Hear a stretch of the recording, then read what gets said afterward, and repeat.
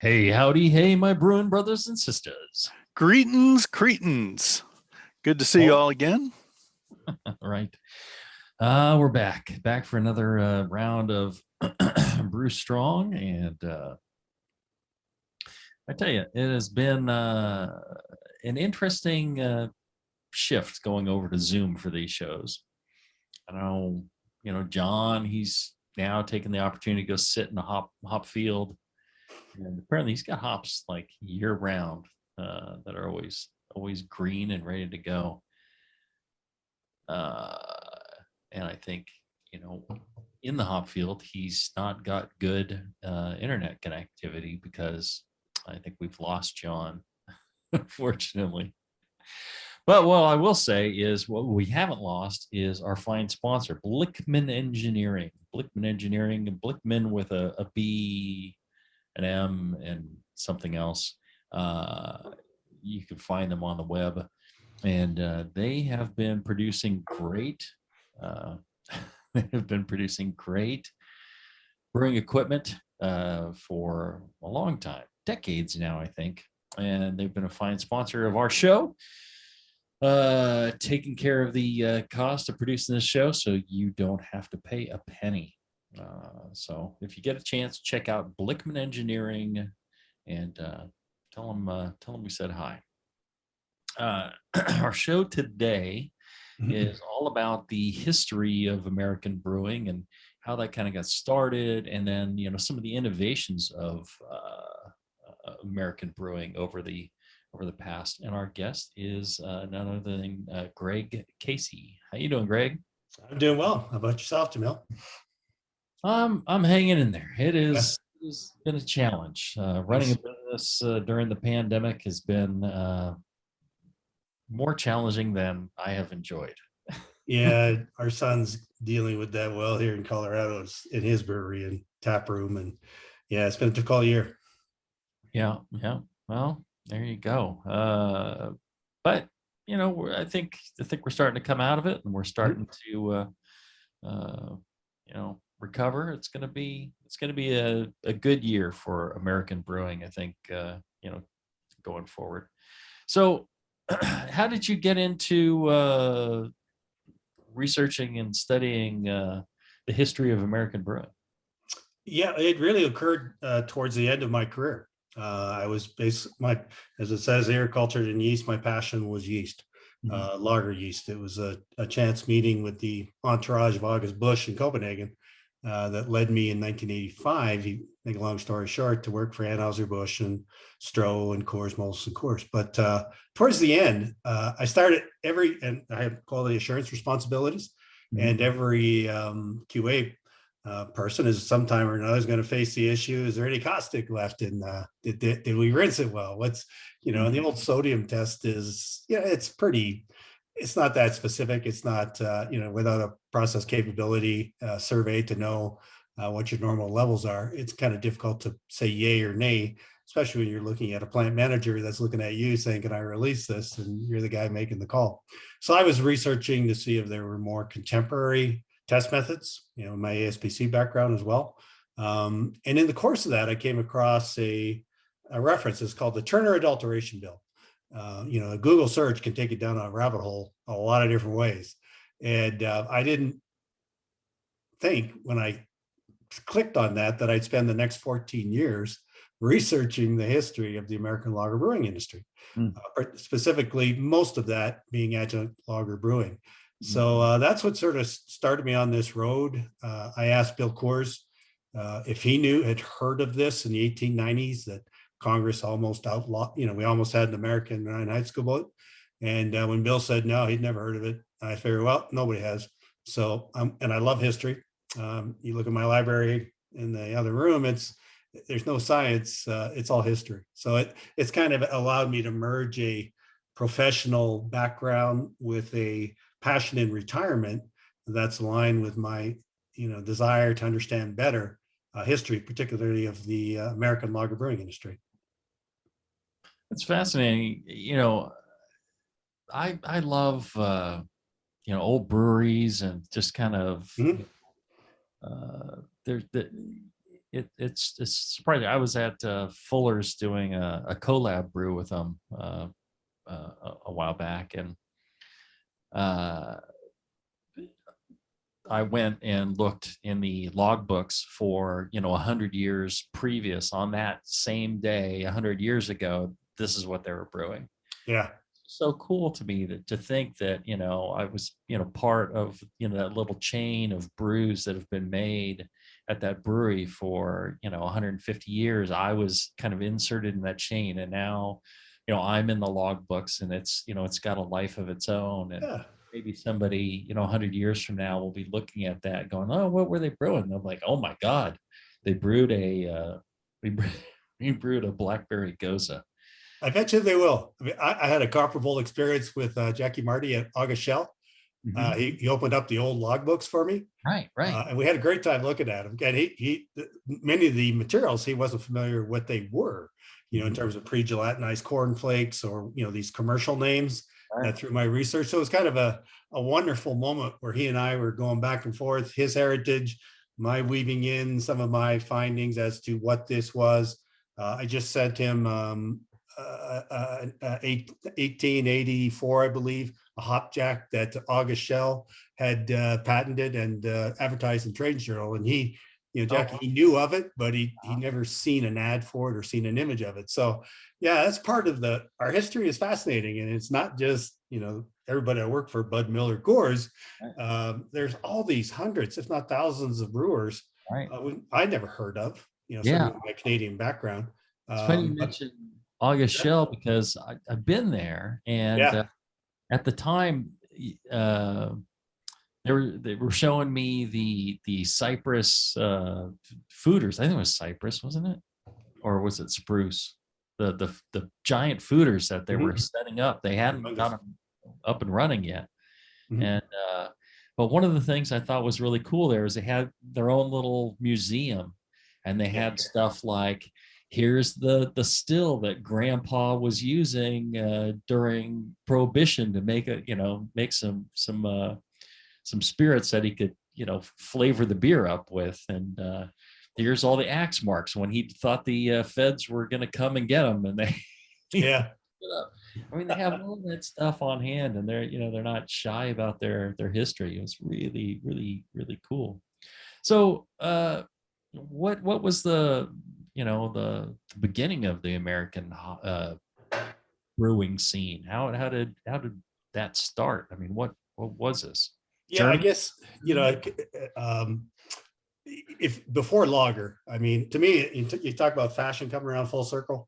If you go back to from the founding of the country right up to the 1840s, pardon me, the 1840s, you'd be seeing ales, porters, stouts, India, pale ales advertised, not a lager, right? Because that didn't come over until it came with they got the yeast in the 1840s to be able to brew the style in the United States. But it was just a fraction of the alcoholic beverage category in the United States. I mean, we were nasty. We drank a lot of hard alcohol, hard whiskey and Madeira and hard ciders and higher alcohol products.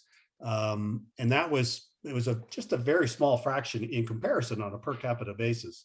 And then when lager came, that's what really, we think of beer as particularly the adjunct lager beer, which is the primary focus as a sort of a national beverage within the alcoholic category. That's when it really started to take off, 1840s to 1870s. It was a Dunkel style, all malt Bavarian beer, and that was brewed exclusively. Although we might touch on it later, in the 1860s, they were already brewing well before Anton Schwartz came here, corn brews in various locations across the United States. But then came Pilsner, in 1870s. And that just exploded beer, not just here, but around the world. As a style, Pilsner became a marketing phenom, even in Germany and other places. So, but in here, we had our idiosyncrasies that maybe we'll talk about in a bit, that we wanted it crystal clear and when it was ice cold in a glass. And now, to me, that reign of adjunct lager beer that really started by the 1880s, 1890s, the vast majority of beers, lager was adjunct to the point it was almost extinct, or mentioned as being almost extinct in 1908 federal hearings. And then it's continued its reign. It's been chipped away at, obviously, in the last 30 years. I think I joined the American industry at the apex, and then every year I've been here since the late 1980s, it's gone down. That's correlation, not causation, in my opinion. But then now we come full circle, as I mentioned. These ales and porters and stouts and IPAs. I mean, it's wonderful. I mean, I'm so happy and enthused to be alive right now as an American who likes beer. I mean, craft and macro. There's no other place on the planet that I'm aware of, and I've seen a lot of it over the years. It's a better place to be if you like beer. So we've kind of got the two revolutions meeting as one: the Pilsner, the adjunct, with the craft, and they're duking it out, and will be to be determined. But that's still got legs, adjunct lager beer. Right. You even see, smaller craft brewers, adjunct lagers. A friend of mine just down the road at True Symmetry, he brews, a rice adjunct lager, fairly frequently. I'm really delighted. I've been in since some of the MBA papers came out. I'll leave them anonymous, but have been contacted about rice, where to get it, the history, sending them papers, written in 1800s by American brewers, brewing scientists about the use of rice, part of the heritage.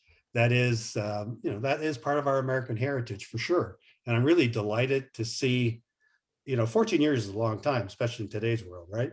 When I look back in 2007-ish, sort of adjuncts for verboten, oh, fire alarm. Oh, it's my wife's dusting. We'll ignore that. The house isn't going to burn down. Okay. Where was I? Because you don't hear that sound too often. But it's great to see, it went from, adjuncts was a dirty word, and adjuncts being very inclusive, whether it's malt or corn, corn or rice, to see the resurgence, and even in some cases of corn, in various parts of the country, because it is part of our heritage. It's part of our history. And, craft beer, if I'm learning from my son, is about anything. It's about heritage and history and styles. Well, that's part of our American history and our journey as a nation in brewing. Right. Let's do this. Let's take a short break. And when we come back, we'll hear more about American brewing history right after this. All right, we're back talking with John Casey about the history of American adjunct lager brewing. And so, you mentioned, when lager first came to the U.S. and it started being brewed in the U.S. 1840s, did you say? I mean, yeah, I've always heard stories that, some German brewer got a brick of yeast from, pressed all the moisture out of a brick of yeast back in Germany, tucked it in his shirt and brought it over. And that's how it kicked off here. Is that true? Or? Well, true is a powerful word because that requires facts. And much of that period, the late 1830s, right up to 1842, depending on the author and the source, you could see various explanations for how the yeast arrived here. I look at, when Best, eventually became Frederick's Brewery, there's good documentation there that it came over in a barrel of sawdust.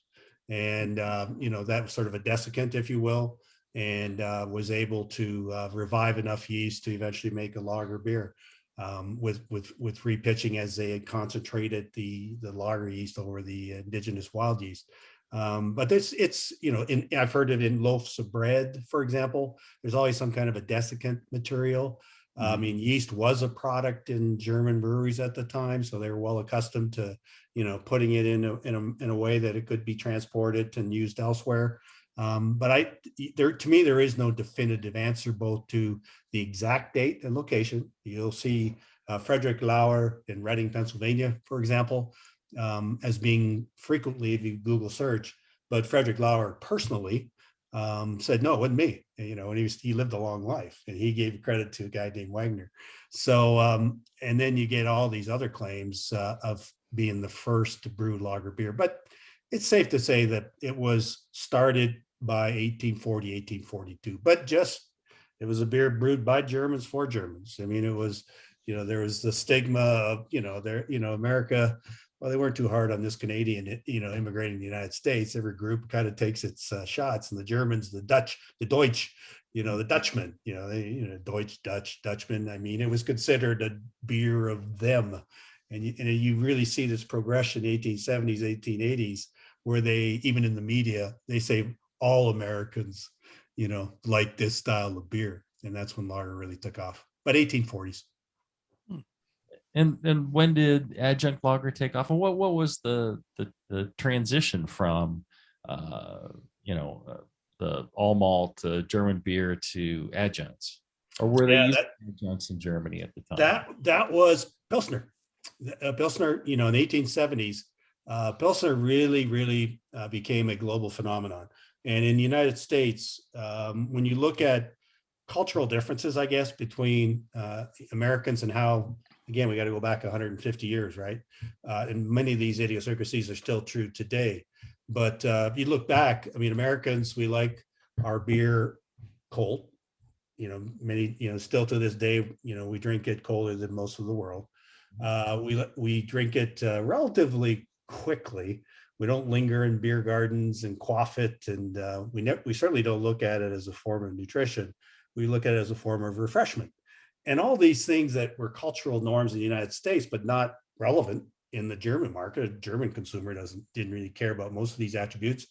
They didn't even see the beer by and large in the 1870s and 80s. They were drinking out of stone steins. And there's a wonderful quote from the head brewer at Schaefer in the late 1800s. Germans drink beer with their tongues. Americans drink beer with their eyes. And that's so true. And that profoundly impacted how the style evolved in the United States. In the second paper, as John, as MBA editor, is well familiar with, and the MBA, they were using adjuncts in Germany for the same purposes, but not nearly to the same extent as eventually it evolved in the United States. And we know from transcripts in the 1880s, 90s, 1900s, 1910s, a lot of them arrived in the United States already versed from brewing in Germany with rice in particular as an adjunct. But it was a perfect, to get to 30, 40% adjunct, which was much higher than any adjunct records I find in Germany. That was the combination of 6-row, which is higher in protein, for example, and chill haze potential, and to dilute it out with 30, 40% adjunct became a quintessential American style of beer. And indeed, now 150 years later, you could say it's quintessentially the world's beer. You can always get, no matter where you go, you can always find an adjunct lager beer brewed by some brewery in that continent. So it really began in Germany, as I talk about, and terribly biased, though it was perfected in America especially with the Tuborg type yeast, but that's a whole other story. Do you have any idea of why the Germans started brewing with adjunct? I mean, what was the impetus there? That's a really good question. I suspect, when Germany became, you get studying German history, the German Empire, they call it the Second Reich. We all know what the third one was, right? Well, the Second Reich was the 1871, 1872 to the fall at the Weimar Republic in 1919 and the end of World War I in 1918. It was the reason the German tax code, the Reichstag, imposed, when you search the records, there's taxes for malt, rice, sugars, syrups, all these adjunct materials, because prior to 1871 and 1872, when the Reichstag implemented this, they were free to use these other materials without paying tax. It was only malt that was taxed. Kind of like it is in Bavaria, right? So it all comes back to money. Follow money. That's my belief. I can't say a German said this in this transcript, but I do know from the Reichstag transcripts that the only reason they were added, not Bavaria, of course, just all malt, but for the rest of Germany, which is the vast majority of the population in an area, especially then when the empire was quite a bit bigger than it is today, they added those as categories because they weren't getting tax money. But then, you look at that and you try to qualify that, because there are credible references in the United States that demonstrate, particularly in the 1870s and 1880s, on an extract basis, rice was more expensive. And they were charging higher, as crazy as this sounds, in New York City during parts of the 1880s, more for an adjunct lager than they were for an all malt lager because it cost them more. That's obviously that has changed over the last century and a half, particularly with liquid adjuncts, and it's certainly much less expensive to brew with adjuncts than it is all malt. But back then, when it was born, when it was being nurtured, when it was being rolled out there, and the brewers were being told, take back your all malt beer, this one sells, this one doesn't. Those kind of anecdotes are easily found in hearings and testimonies and newspaper and trade journal interviews. It was a novelty that the American industry perfected to be crystal clear when it was ice cold. And that, some of the first memories of some very prominent brewing scientists was coming to, well before Statue of Liberty was there, but coming into New York Harbor and seeing signs for dyspepsia or, stomach conditions from drinking ice water. And they write that, Dr. Max Hennius, his father was aquavit in Denmark. Anyhow, it was one of his first memories was seeing signs for Americans ailing from drinking too much cold ice water, so it was kind of an idiosyncrasy that still, I think, Americans and our ice, it's kind of our DNA. Fascinating. I cannot live without ice. And I know, one of the likewise. things, the zombie apocalypse comes, and I've made this very clear. I'm moving north to where I can find ice like on the ground. I'm not hanging around where there's no ice. I got to warn you, Canadians are partial to being used for hockey, not consumption. So you might have a bit of a fight on your hand there, but I could translate for you. That, or I'll start generating my own power so I can run an ice maker. There you go. There you go. What I would start with. Yeah, but even a silly thing, and John, I mentioned this, when we moved to St. Louis in 1987, that's the first time in my life I ever saw an ice dispenser in the front of a refrigerator. That's 1987. That's not that, Canadians don't have that. We had those plastic ice cubes that you crack, and there wasn't a refrigerator I've seen in my life that you just put your glass in, and lo and behold, chunks of ice fall out. My kids and I were fascinated by that, like, holy smolies.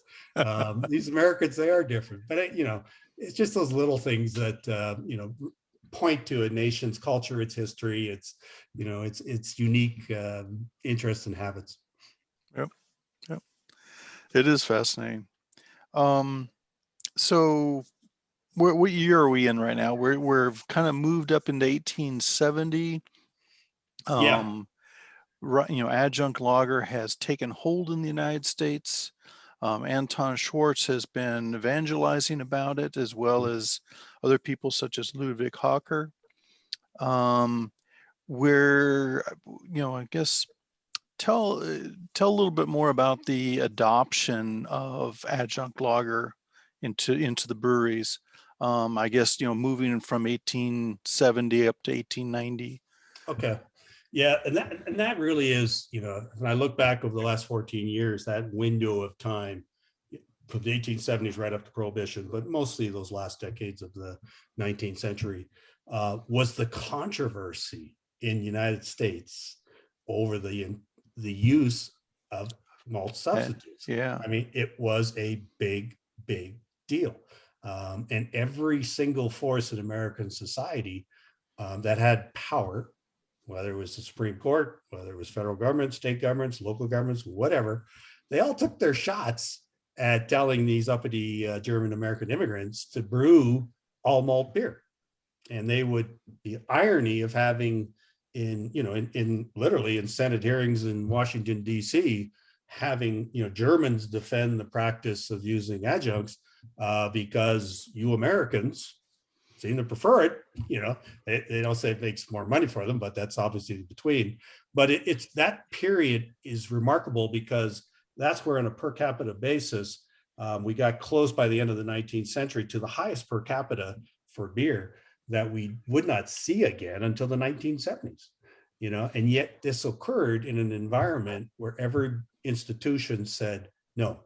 I mean, it started 1860s, for example. You mentioned Ludwig Hacker. He came over. He spent all of 1863 with his patent on the use of Indian corn. Pardon my, wasn't what they called it then. But he went around virtually all of the United States, North and South, during the height of the Civil War. And he writes his chronicles. He wrote them a few years later, saying he was ran out of Indiana when they got wind he was going to do a test brew of his corn, and the townspeople got together and ran him out of town. You're not going to mess with my all malt beer. He met brewers in Louisville, Kentucky, who said, "Yeah, we've been using corn for about 10 years. We don't tell anybody. You get, So it was Kentucky kind of common beer. there's plenty of information and archival research to show that we were using corn in the 1860s, sort of before it exploded in the 1870s. But yeah, it was just because every brewery, and to this day, and as far as I'd never owned a brewery, but 1862 they had to keep track and report to the federal government every pound of every material used to brew beer in that brewery, and reported to the federal government. It was called internal revenue then, and it played a large role in funding the beer tax. Played a large role in funding the victory of the Union during the Civil War. But dutifully every month those materials were reported. In 1870s, newspaper reporters could just go into the internal revenue and ask for the data, and that's when the proverbial SH hit the fan in cities from Milwaukee, Cincinnati, St. Louis, New York City, for example, because diligent reporters could get that information. And the outrage, and it started there sort of with the media being outraged by the use of malt substitutes. And then it kind of cascaded up through the powerful levels within American society, local governments, state governments, federal governments. And it's just a surreal struggle, which is the heart and soul of much of the later volumes of books. Maybe we'll talk about that later. Mm-hmm. But it's an inspiring story to me because, they fought very hard to protect our rights to brew the materials of our choice. Yeah. And, to think that what would have happened if that hadn't happened is kind of like, in a beer sense, very, very profound. But yeah, so even despite this, 1870s, 1880s, 1890s, and right up to just for the Prohibition, this beer exploded. And was the public was very aware, in terms of the use of corn and rice to make this beer. And, and it didn't stop the powers that be that, by and large, overwhelmingly Anglo-Saxon in their heritage, if you will. And they thought we know better. And the Germans, as I mentioned, German Americans were saying, no, they want to ban wheat, for example, and they'd patiently tell McKinley, future president assassinated in Buffalo, that wheat's used to make style beer in Berlin. It's a normal material used in Germany. So you read these transcripts and it's just like, it's kind of a crazy. So that's the societal debate. And, the first use of the Smithsonian in DC were the beer hearings in first week of August, 1911, because there were so many parties that wanted to have a say. Should malt substitutes be banned? Should we have an American Reinheitsgebot? They didn't call it that word because that didn't happen until much later in terms of general use. But they were very well aware that Germany had gone that way in 1906. And they're ready to go, even despite all these decades. 1890, they started the federal to 1911. They want to have an American Reinheitsgebot, but then lawyers, of all things, said, no, you don't have the mandate for that. You can't set the standard, so we evaded an American Reinheitsgebot at that time. Yeah. So there's so many different organizations pushing for all malt beer. You had the barley farmers, you had the maltsters, you had, I guess you almost call them grassroots organizations fighting for food purity. Cross-country transportation of meat and refrigeration was big at the time. And so, yeah, there's a lot of concern about food spoilage. And I guess maybe that colored these perceptions of beer and malt substitutes. Would you say? Yeah, that's a great point, John. That definitely, if I had a penny or a dime for every time the word adulterated, and the FDA, we call it the FDA now, but the Food and Drug Act of the Pure Food Congress, which was called in the late 1800s, gave the founding of the modern FDA in 1906. And there's absolutely no question American society needed that. Food and beverage, things were killing people. There was a lot of soldiers in Cuba in the Spanish-American War, 1898, that died of toxicity, from contaminated food. Oh. So the government, the people, society knew we needed to do something in terms of establishing standards. And that definitely, particularly when we got into the 1890s and right up to that 1911, 1912 period, that theme of pure food, adulterating, being used as a basis to say this is why we need all malt beer, definitely factored in. 1890, it was transparent. The transcripts, that turn adulteration that started this, the first question, Jamil, they read it, which stopped the Rhine Eskimo being imposed then, was they read into the transcripts, the brewers did, because many of them were maltsters as well. Back then, most brewers malted their own malt, their own barley to make malt. They read into the transcripts, you can read them, in the Library of Congress, special interest groups advocating to say, we will agitate on behalf of banning the use of malt substitutes. These are lawyers in DC, lobbyists. You send us this amount of money, we will start to agitate. And that was really the death blow to the legislation. That one, 1890, they didn't weave in pure food or whatever. That kind of came later.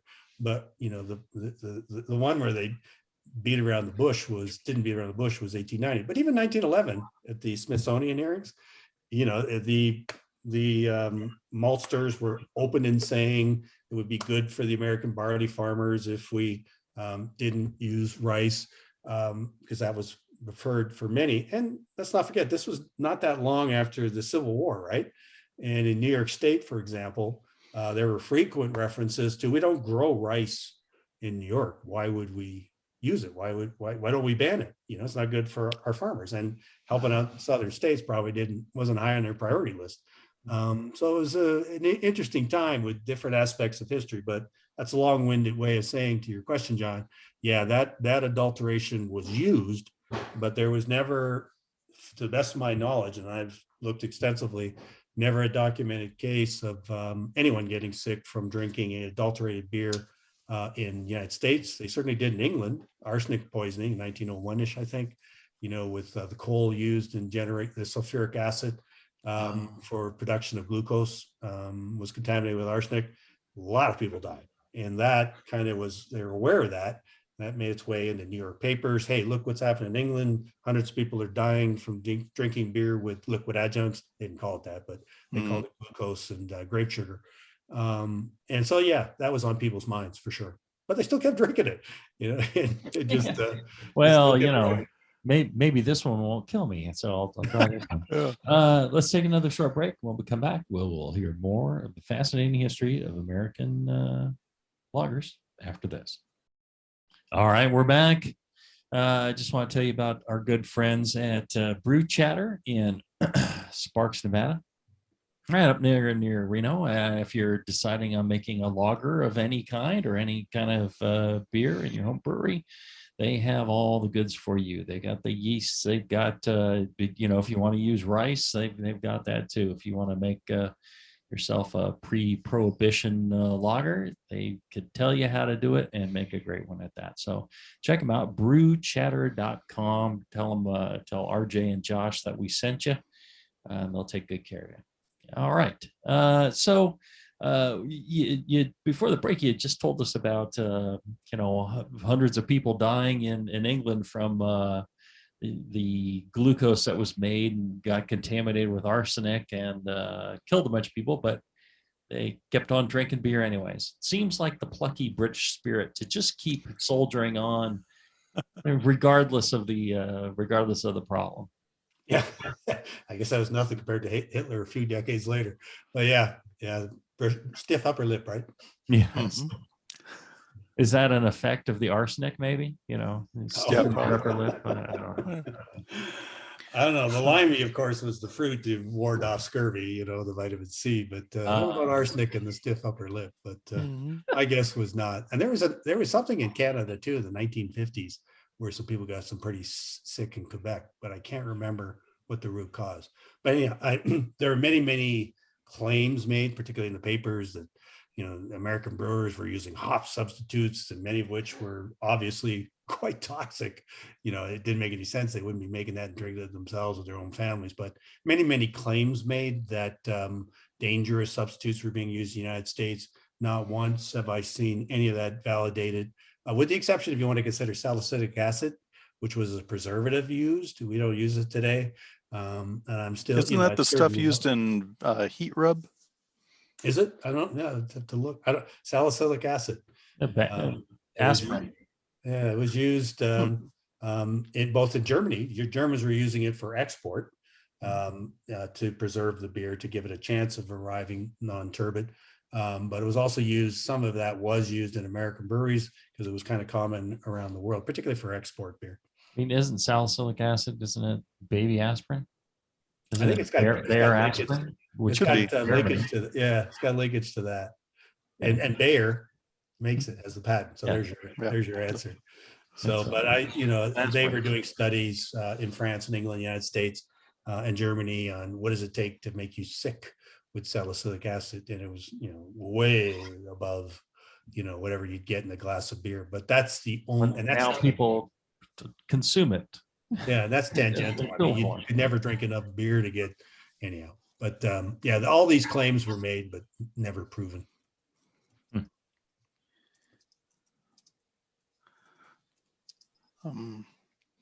So I guess the purity of beer was a common issue. Mm-hmm. And the definition of what is beer.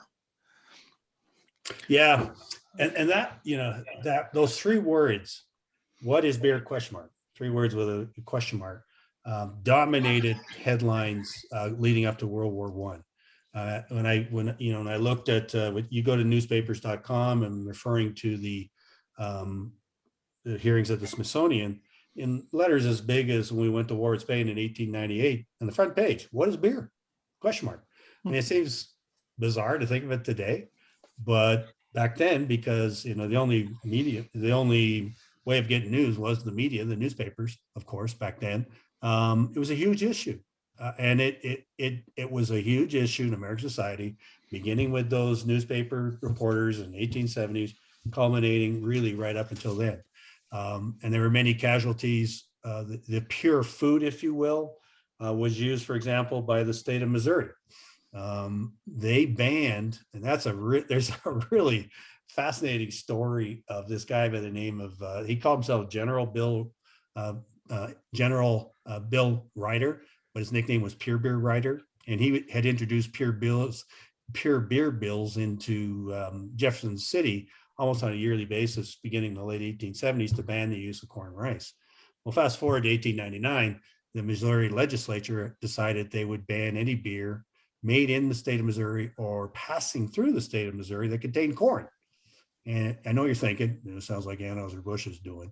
No, it wasn't. I mean, this really wasn't. This was the farmers of the state using this Pure Beer Ryder as a lobbyist to get this bill passed so they could build macadamized roads for bicycles in rural Missouri. I mean, it was in the legislature. It was blatantly said this: we will inspect beer, but there was no test to test beer that I'm not aware of today. You can say it has corn or rice or whatever, but it was basically just a charge on the local brewing and anybody that was passing beer through the state of Missouri.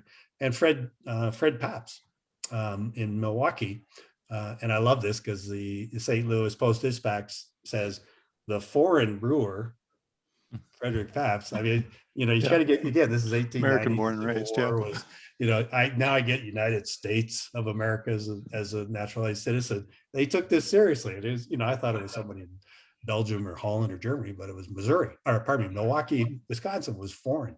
But he sued the state of Missouri, and it went all the way up through each of the levels of the courts and went to the Supreme Court. And the Supreme Court agreed with the state of Missouri, saying it was a food safety, to your long-winded question here, that they had the right to inspect it from a food inspection, and it was a food inspection law, even though there was no testing they did on the samples. There's no way of validating what they were doing, and they acknowledged read the transcripts in the legislature, it was purely a revenue-raising method for the lobbyists to get these roads in rural Missouri.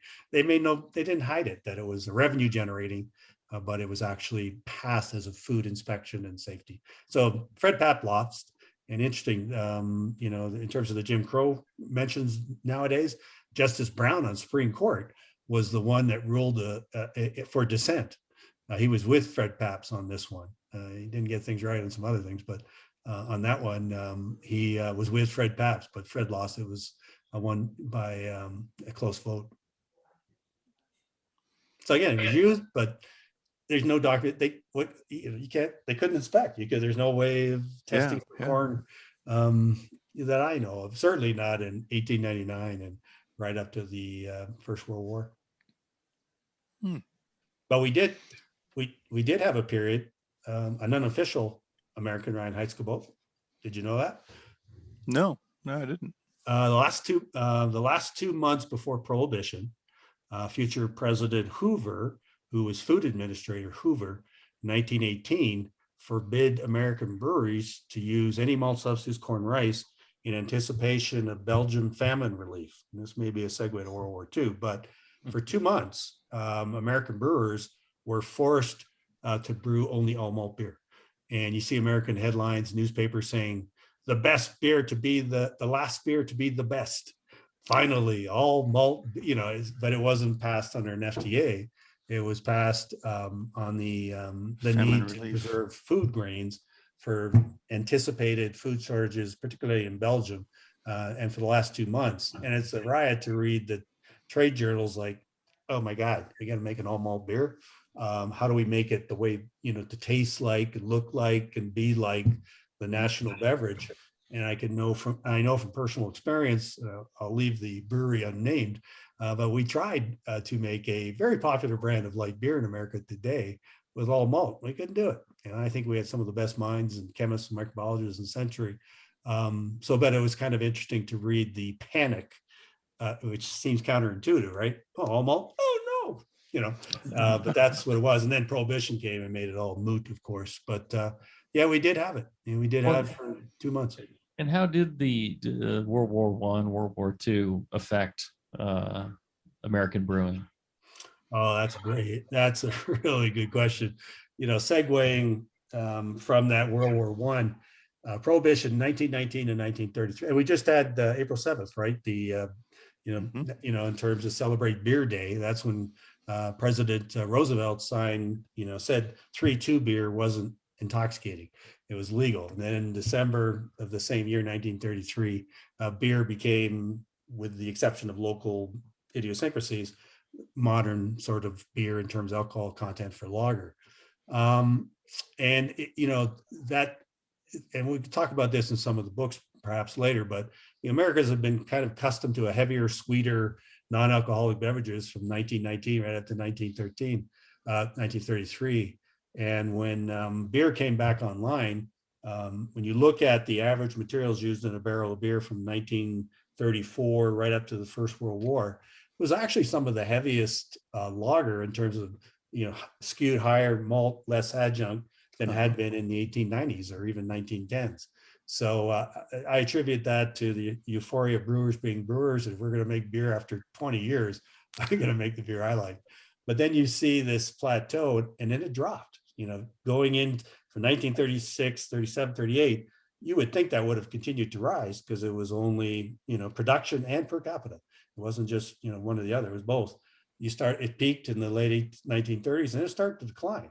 Then all of a sudden, World War II comes and boom, it went from 50 million barrels roughly to almost 90 million barrels over a five. I mean, you think of that in terms of modern percent, if we're 200 million today, you think of that in 7 years. I mean, every craft brewer in macro will be salivating in the extreme over growing so much.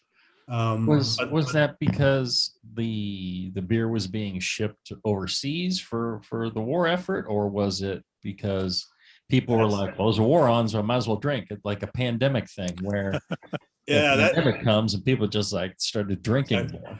Well, that's a great question, Joe, because I think it's kind of like, was the Reinheitsgebot passed in 1915, 16 for quality or for safety or for, protect, there's a billion reasons that are thrown out there as to why. In this first book that's coming out with the MBA, we talk about, well, why in the heck did American beer explode to the degree that it did? Was it thirsty troops in the Pacific Islands? And, was it people had more money in their pocket because, with the Depression past and the American economy on hormones, was it driven by that? Or was it driven, and this is what I argue, both in the MBA papers and in the first volume in this series of books with the MBA, that was the beer. And it ties in so nicely, I believe, to so many of the myths associated with the use of adjuncts. When did adjunct lager beer take off in the United States? You can still find in the book, I show countless examples of it. Started in World War II, when malt was hard to come by, and brewers started to use corn rice 41, 45, and kept using it because it was a profit-saving measure, right? I mean, that's right. Sort of paradigm. It's been disproven by Maureen Ogle and other authors for sure. We've talked at length here about the use of adjuncts from 1870s right up to 1940. So it really didn't start there. But the interesting part was during the war, the only material of the traditional brewing materials, by then traditional in America meant malt, rice, corn as the main grains, right? The most difficult materials to get were rice and particularly corn during the war, because there were so many applications for corn and corn starch and corn products for military needs that the preferred sources of refined starch, flaked starch, for example, just disappeared. I mean, the military got priority for those. Malt was kept virtually unchanged at the level it was when the United States entered the war. So throughout 1941, 1945, with the exception almost to the last few months of the war, malt was almost 100% what it was in 1941. But yet we went from like 50 to 90, right? The fixed malt, so something had to give, right? You're not gonna, and that's when the industry exploded with the use of non-traditional but period-specific malt substitutes, raw barley, particularly, and the sorghum grains, kaffir corn and milo maize. Milo or milo maize? I don't know. I've never figured out which. I don't know. So anyway, let's just say sorghum grains and soybean flakes from 1943 is when we first had that, when the United States really ramped up militarily, and corn just disappeared from the market. And we started using in the hundreds of millions of pounds, as replacements for corn, in particular, things like sorghum grains and barley grits. Rahr came up with barley grits, and Frater came up with a pre-gelatinized barley flakes, but it was raw, just different forms for use, depending on what the brew house capabilities were. And then came 1945 to 48, when the United States was basically the world's breadbasket, world's kitchen. When you think of all of the supply chains shot to heck in Asia and Europe, the world needed to be fed to avoid global famine, global instability, particularly in the period after the war. And the United States, along with Canada, New Zealand, Australia in particular, provided food aid to especially Western Europe to be able, and included in those were sorghum grains, which I just mentioned for use in the war. Those are foods too. So the irony is this growth, this 50 to 90 that took place in 41 to 49, much of it took place in 45 to 49 when sorghum grains, corn, rice, all these others were going to feed people. And from 45 to 49, you see the use of cassava from South America exploding in use. And I've been in touch with you on that, John. And again, these are in the tens of millions and cumulatively hundreds of millions of pounds as substitutes for these traditional malt substitutes.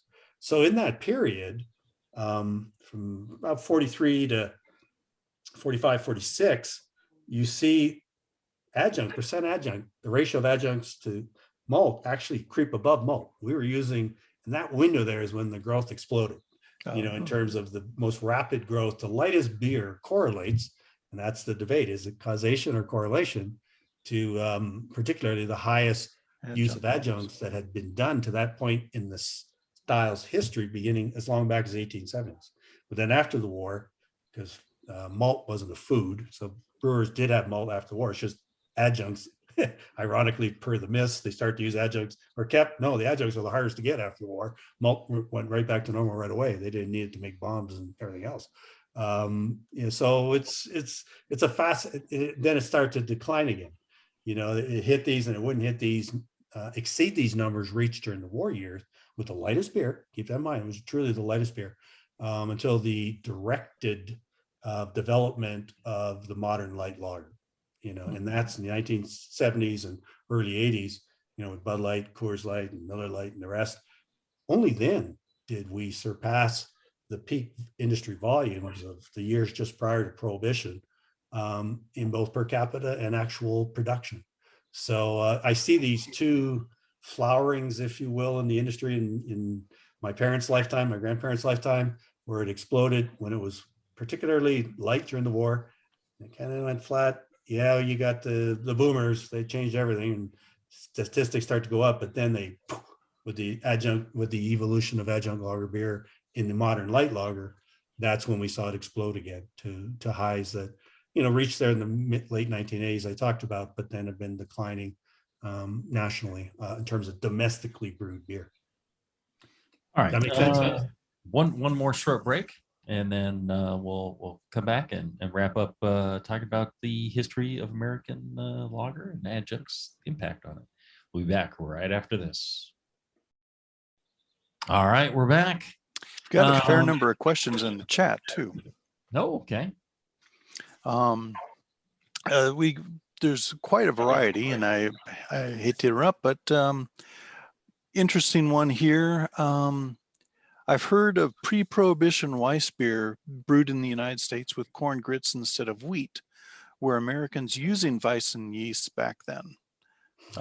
Any knowledge on that, Greg? I mean, all I can say with certainty is I was surprised just how prevalent Weiss beer was in the United States in the 19th century. You look at the New York City directory, for example, many brewers whose trademark was they brewed that style of beer. And I wouldn't be surprised. Again, unless I have definitive evidence, I can't say yes, but I know wheat malt was used interchangeably in ales with malted corn, for example. So it wouldn't surprise me if it was, although I don't have a specific brewery that I could say they did that. But wheat beer, Weiss beer, was very, very, I was surprised. I thought it was kind of came to the United States with the craft movement, but no, it came equally with the German wave in the 1840s, 50s, and the 19th century. And that style of beer was very popular in the United States, totally disappeared by the Second World War. And, my lifetime, and was been, at least in the United States, been revived by the American craft movement. Okay, here's another one. Joanne asks if she's curious if Yuengling brewed something in the 1820s different than their lager. Well, they go back. So they, I believe, and I'm probably this one, I went back in my archives downstairs, in terms of ales and porters and, non-lager beers. Yes, they certainly did. Yuengling became, now it's the oldest brewery in the United States, but lagers are predominant. But one of his sons, set up the David G. Yuengling Brewery in New York City, and he was brewing adjunct lager beer. When I was with Stroh, I know from all the formulations, as we brewed every one of Yuengling's brands in Lehigh, I know it's in there. So I wasn't surprised, let's say, that David Yuengling in New York City signed that manifesto saying this is how lager beer is made in the United States. We use corn, rice, and sugar and syrups, but he was one of the signees to that. So I noticed that name, Yuengling. I went, interesting. Yeah. But he was quite a cad. Anyhow, hope that answers the question. Yeah, they were pre-lager for sure. Okay. And then Kurt asks an interesting question. Well, discuss history of the six-pack. And I guess this is a little outside of this discussion, but any ideas when the concept of the six-pack arrived? Isn't the story that they decided on a six-pack because that's all that women were able to carry, they figured, or something? Haven't you heard that story? I've heard that story. All I could say with certainty, from 1840s to 1940s, I don't see any mention of a six pack. I do see in the 1930s, for example, the light weighting of getting away from wood, in terms of the carton and going to fiberboard. That was highly, highly promoted in the 1930s with, Natalie Jess women with their feathers and the hats and everything, walking into a Studebaker or whatever the car was, carrying a 24 pack of beer because it was light. That, the implication there was so light, even a spouse or housewife, but again, you got to remember the time this was, could use it. So the light weighting, was also applicable to the packaging materials as it was to the beer. But I don't see any memory. I don't see anything about six pack carriers in my research. I haven't come across it. So that in and of itself says it was a post 1940s. Makes sense. Yep. Okay. Well, it's probably about all the time we have on this show. Yeah. Well, let's do this. Greg, if you can stay with us and do another episode, we'd love to have you. I know there's a lot of fascinating things that you've come across over the years, the last 14 years that you could tell us about. So if you're listening live, stay tuned. We'll have another episode coming up right after this. If you are listening on the podcast, then it's going to be about another 2 weeks, and you'll see this show, the next show posted. Until then, make sure that you're check out our fine sponsors, Blickman Engineering, blickmanengineering.com. Good folks there. Send a nice email to John Blickman, feedback at Blickman Engineering. Tell him how much you appreciate that he's paid for the show for the last 15 years, so you don't have to. And our new sponsor, Brew Chatter, RJ and Josh, check them out. Good folks up there. And matter of fact, I'm going to be up there May 1st for Big Brew Day. We're going to brew Tasty IPA and Janet's Brown up there May 1st. So there you go. That'll be fun. All right. Until then, everybody, brew strong. Brew strong, everyone.